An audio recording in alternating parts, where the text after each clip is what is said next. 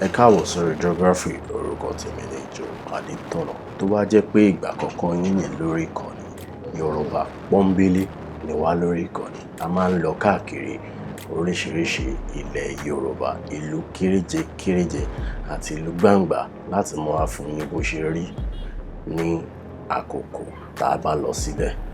Orí Ring Road ní ìrìnàjò ti bẹ̀rẹ̀ fún wa lénìí. Bẹ́ẹ̀ sì ni ibi tá ń lọ ní State Secretariat ní Agodi. Orí Ring Road náà láti fi sílẹ̀. Bẹ́ẹ̀ sì ni ibi tí a wà yìí wọ́n pè ní Jibowu Crescent. So ẹ jẹ́ ká rọra máa lọ kéékèèké báyìí.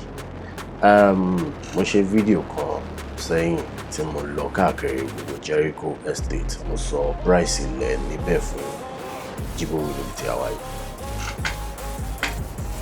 Bí ẹ bá lọ tààrà níbí, ẹ rí oríṣiríṣi apartment níbí, oríṣiríṣi ilé nínú fẹsọ̀. Bẹ́ẹ̀ sì ni oríṣiríṣi hotel wà nínú níbí.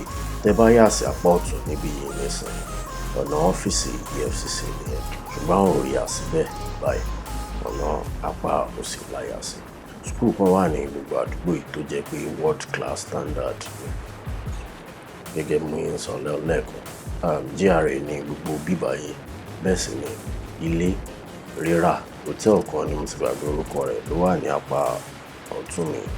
Ilé ní rírà ní gbogbo agbègbè yìí bẹ̀rẹ̀ láti ibi 100 million lọ sókè. Mi lè sọ pé ilẹ̀ ṣì wà ní gbogbo bí torí gbogbo bíbá yìí ti di ìgboro. Bẹ́ẹ̀ sì ni mo lè pe bíbá yìí ní prime Ibadan. Ibi tá a máa gba bíbá yìí já sí ni Total filling station níbi ìyànà Alaafin lọ́yẹ̀ yẹn. Ibẹ̀ la máa gba bíbá yìí já sí. Bẹ́ẹ̀ sì ni a sì ti ń lọ tààrà báyìí. Gbogbo àdúgbò yìí secure gan because ọ́fíìsì EFCC wà níbí. Ọ́fíìsì ọlọ́pàá méjì ìkan wà ní apá ọ̀tún níbí. Bẹ́ẹ̀ sì ni Iyaganku jìnnà sí ibí. Ọ́fíìsì oríṣiríṣi military personnel wà níbí. Bẹ́ẹ̀ sì ni billionaire pọ̀ ní gbogbo agbègbè gidigidi gan. So kẹ́ expect pé maximum security wà ní gbogbo area yìí. Mi ò kí n fẹ́ mú kámẹ́rà kọjá ní gbogbo àdúgbò yìí. Ṣùgbọ́n mo ní láti fi hàn yín bó ṣe rí ní ọdún yìí torí àwọn èèyàn kan wà tẹ́ pé wọ́n fẹ́ rí àdúgbò yìí bó ṣe rí báyìí. It's a very good area tẹ́yìn bá ní expatriate tẹ́ ń kó bọ̀ wá sí Ìbàdàn.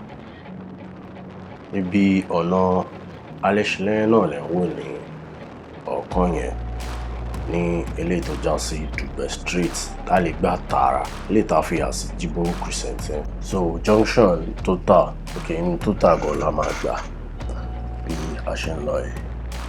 So Total láti kọjá nìyẹn and gbogbo àwọn tẹ́rí tó tò yìí inú ọ̀nà Alaafin lọ́yẹ̀ àti alálùbọ́sà nǹkan kan lẹ́rí tí wọ́n ń lọ. Àwa máa ń lọ tààrà, a máa gbáwájú Iyaganku police station kọjá nísìnyí. Kẹ́rí apá ọ̀tún mi ṣe rọ ilẹ̀ lásán ní ìjọba ò tí ì rí nǹkan kò ṣe síbẹ̀. Mo kàn rò pé ní ìdàtẹ̀mọ́ ni nítorí pé ọ̀pọ̀lọpọ̀ ṣẹ́rí pé Ìbàdàn náà máa ń busy especially junction nìyẹn. Kò síbẹ̀ yìí lè máa kánjú tó bá ti jẹ́ working hour. Junction yẹn máa ń busy every time. So gẹ́gẹ́ bí mo yẹ máa sọ, kò sí bí ènìyàn ṣe lè lówó tó àbí má lówó tó. Ìbàdàn ní space fún yàn láti kọ́lé sí. Ìbàdàn sì rè ó gbónílé, ó gbàlejò, ó gbòlè, ó gbọ̀lẹ̀. It's not a bad thing torí ìtàn Ìbàdàn gan ní ìgbà tí wọ́n dálẹ̀. Àwọn ààrẹ tàmọ̀ sí àlejò ni wọ́n dá Ìbàdàn sílẹ̀. Jagunjagun láti oríṣiríṣi other parts ilẹ̀ Yorùbá àwọn náà dá Ìbàdàn sílẹ̀. Cocoa House níbi tí ẹ̀ ń wò lọ́kàn yẹn, ilé the first skyscraper in the history of Africa. Ó ní ibi tẹ́kọ̀ ránwó ní ọ̀kan yẹn. So Hausa wà níbí, Yorùbá wà níbí, Igbo wà níbí. A fẹ́ dúró ra epo, so màá ní láti sáré pa kámẹ́rà yẹn nílé tí mo ti pa. So màá rẹ̀ ti tẹ̀síwájú nínú ìrìn àjò yìí. Cocoa House náà ni ẹ̀ ń wò yìí. Tẹ́ bá gba ọwọ́ ọ̀tún mi níbí báyìí, ẹ máa lọ jáde sí Fẹ́mi Johnson tí a mọ̀ sí Glass House, bọ́ wá ò gbà bẹ́ẹ̀. So a gba ọwọ́ òsì again ní ilé ìta lọ sí nine post. A máa kọjá níwájú nine post ẹ̀sìn ní other side the road tẹ̀lé nine post ní ẹ̀ ń wò ní apá ọ̀tún yìí.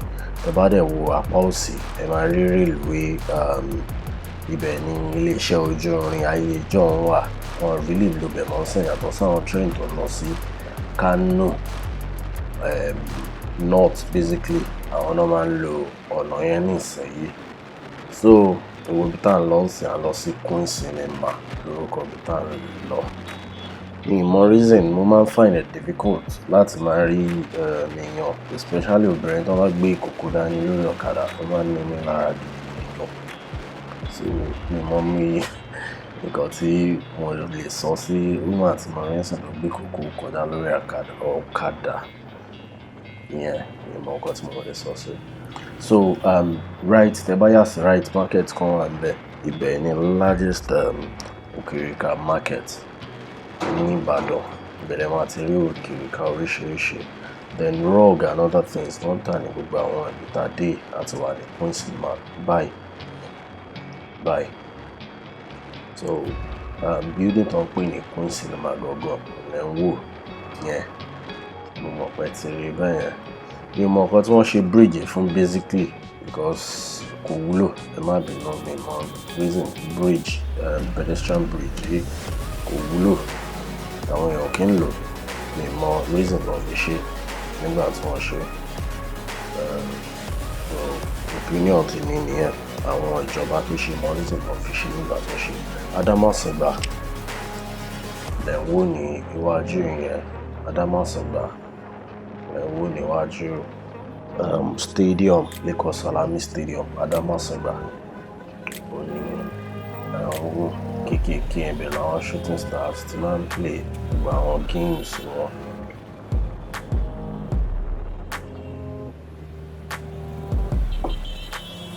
Ṣé rí pé Ìbàdàn busy area yìí tẹ̀ máa ń busy gidi gan ni. And tẹ́ bá notice that ẹ máa rí pé camera mi bẹ̀rẹ̀ sí ní shake ní gbogbo bíbá yìí nítorí pé mo wà very careful. Mo ṣe pé nǹkan kan lè ṣẹlẹ̀ ṣùgbọ́n téèyàn bá ti jẹ́ arìnrìn-àjò bẹ́ẹ̀ yẹn àbí nǹkan kan àwọn area tó bá ti busy báyìí yẹn gbọ́dọ̀ máa wà very careful nípa gbogbo nǹkan tó bá ń ṣẹlẹ̀ ní environment ní Danax bí tẹ́tí lè ra oògùn wholesales ní building ẹ̀rọ ránwó ní ẹgbẹ́ tó bá yẹ pẹ́ mọ́ Benin wọn. Ibadan is a busy place and bẹ́ẹ̀ ni Ibadan sì dá fún business oríṣiríṣi. And one thing nípa Ibadan ni pé oríṣiríṣi ẹ̀yà ló wà ní gbogbo bí. Bí bá ṣe ń rí Igbo bẹ́ẹ̀ máa rí Hausa bẹ́ẹ̀ ni ẹ sì máa rí Yorùbá lọ́pọ̀lọpọ̀. Bẹ́ẹ̀ ni official language Ibadan is Yoruba. Ó difficult fún àwọn kan láti sọ ṣùgbọ́n fún àwa lórí ìkànnì yìí official language Ibadan is Yoruba. Ọ̀pọ̀lọpọ̀ gbọ́ èdè Gẹ̀ẹ́sì ṣùgbọ́n wọ́n sì máa bá yín communicate ní èdè Yorùbá because ọ̀pọ̀lọpọ̀ èèyàn ló ń sọ Yorùbá níbí.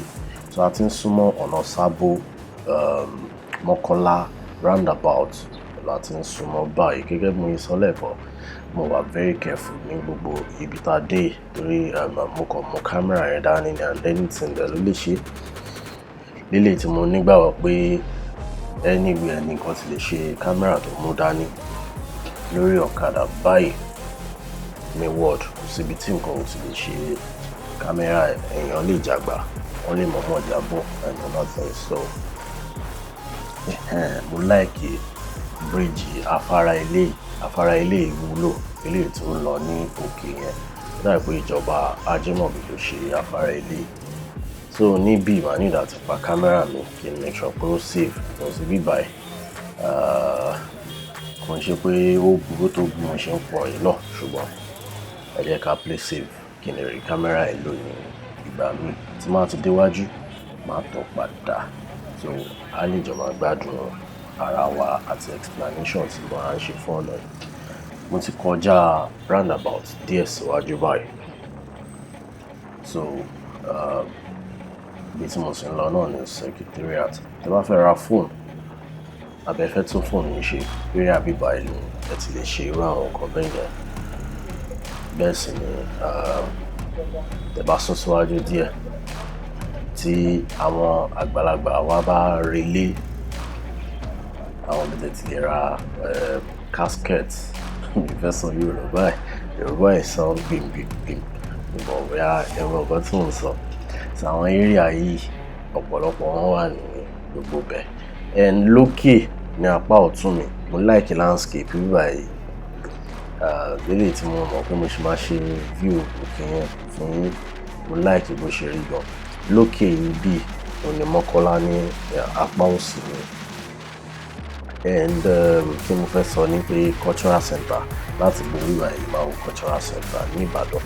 Tẹ́ bá lọ tààrà ẹ máa lọ sí NTA, UCH àti Gates ni ẹ máa lọ. Bẹ́ẹ̀ sì ni ẹ máa rí ilé gómìnà wa tí gómìnà wa tí Oyo State pèsè fún gómìnà wa láti gbé. Ẹ máa rí ní gbogbo ọ̀nà tẹ́ bá lọ tààrà, ṣùgbọ́n ọ̀nà secretariat ni àwa ń lọ. Odò kan wà ní ẹ̀gbẹ́ bí ní apá òsì mi, odò Dandaru ni wọ́n ń pe odò náà. So secretariat là ń lọ níbi fire là ń lọ bá ṣe ń lọ yìí. Tẹ́ bá dẹ̀ yà ní junction tó wà ní iwájú yìí, a máa dé junction náà nísìnyí. Tẹ́ bá yà níbí ẹ ń padà sí orí òkè Mọ́kọ́lá. Bẹ́ẹ̀ sì ni ẹ tún lè gbàgbé já sí Premier Hotel níbi junction tí mo dé náà ni mo sọ. Ṣùgbọ́n tààrà ni à ń lọ báyìí. Ṣé rí gbogbo bí tá a dé fence Agodi Gardens ẹ̀ ń wò ní apá òsì mi yìí. Bẹ́ẹ̀ ni màá sì fi iwájú Agodi Gardens hàn yín. Tọ́ba ti dé bẹ́ẹ̀ ní ìsìn. Fẹ́ǹsì UCH ẹ̀ ń wò ní apá ọ̀tún mi yìí iwájú Agodi Gardens náà ní adé yìí. So tẹ́ bá lọ tààrà àwa ò ní pẹ́ end the trip yìí bọ̀, ṣùgbọ́n tẹ́ bá lọ tààrà lórí trip yìí ẹ máa dé State Secretariat níwájú State Secretariat gangan. Bẹ́ẹ̀ sì ni tààrà yìí náà já sí Bódìjà. Màá mú Bódìjà wá fún yín next upload mi, ṣùgbọ́n kó tó dìgbà yẹn ẹ má gbàgbé pé Yorùbá pọ́nbélé náà lórí ìkànnì. A máa ń ra létí ibi tá a ti ń bọ̀ gẹ́gẹ́ bí ojúlówó Yorùbá. Fídíò mi tí mo fẹ́ kẹ́ wò ló jáde lójú screen yẹn. Jẹ́ kó tó dìgbà mi ẹ má gbàgbé láti like ara yín. Ó dàbọ̀.